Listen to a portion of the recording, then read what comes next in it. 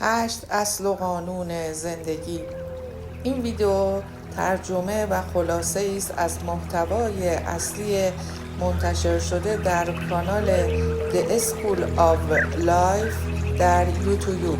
اول نقص بخشی از ماست.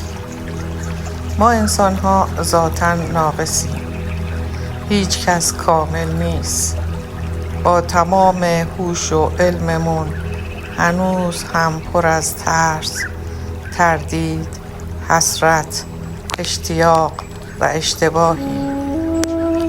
عادی بودن فقط توهمیه برای کسانی که هنوز خوب نمیشناسیمشون. اصل دوم دوستی و مهربانی است، یعنی پذیرش شکستگی. وقتی بفهمیم هممون جای زخم داریم، دلمون نرمتر میشه. دوستی واقعی از همینجا شروع میشه، از جایی که آسیب پذیریمون رو بی پرده نشون میدیم. زندگی همیشه منصف نیست، پس بیایید مهربانتر قضاوت کنیم و سریعتر درک کنیم. اصل سوم دیوانگیت را بشناس.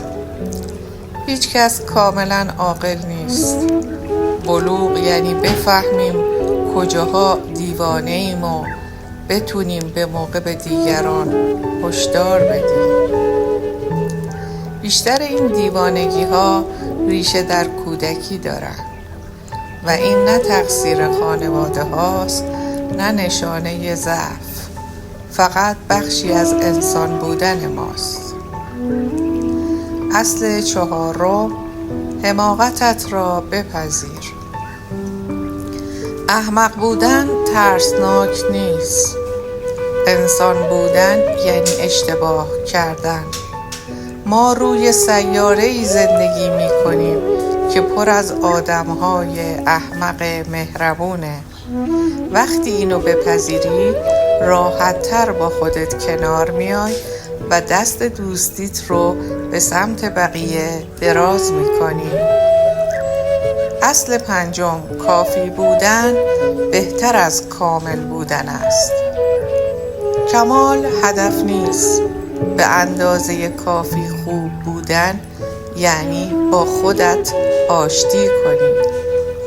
تو پدر، مادر، خواهر، برادر، همکار و انسانی خوب هستی. زندگی همینجاست، همین حالا، نه در رویاهای دور و دست نیافتنی. اصل ششم عشق فراتر از خیال پردازی است. عشق واقعی یعنی دیدن ضعف‌های همدیگه و بخشیدنشون. یعنی کمک کنیم تا بهترین نسخه هم باشیم. عشق تحسین نیست، همدلیه. سازگاری نتیجه عشقه، نه شرط عشق. اصل هفتم ناامیدی شاد. زندگی همیشه طبق برنامه پیش نمیره. ناامیدی بخشی از تجربه انسانی است، اما میتونیم با غم نجیبانه کنار بیاییم. در دل تاریکی چیزهای کوچک و شیرینی هستند که باید دیدشون. نور خورشید، حرکت ابرها، نگاه مهربونی یک دوست. ناامید شو اما با لبخند.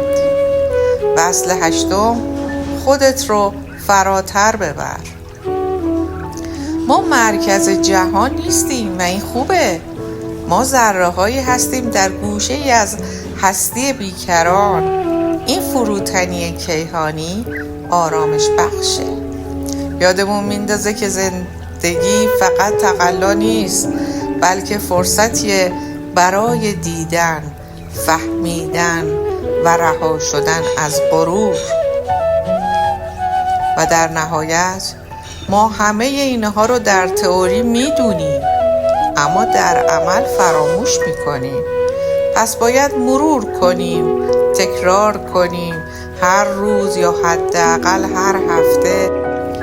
اگر این اصول با دلت هم نواست، قدم بعدی اینه که باهاشون زندگی کنی، بهشون برگردی و شاید با دیگران هم به اشتراک بگذاری.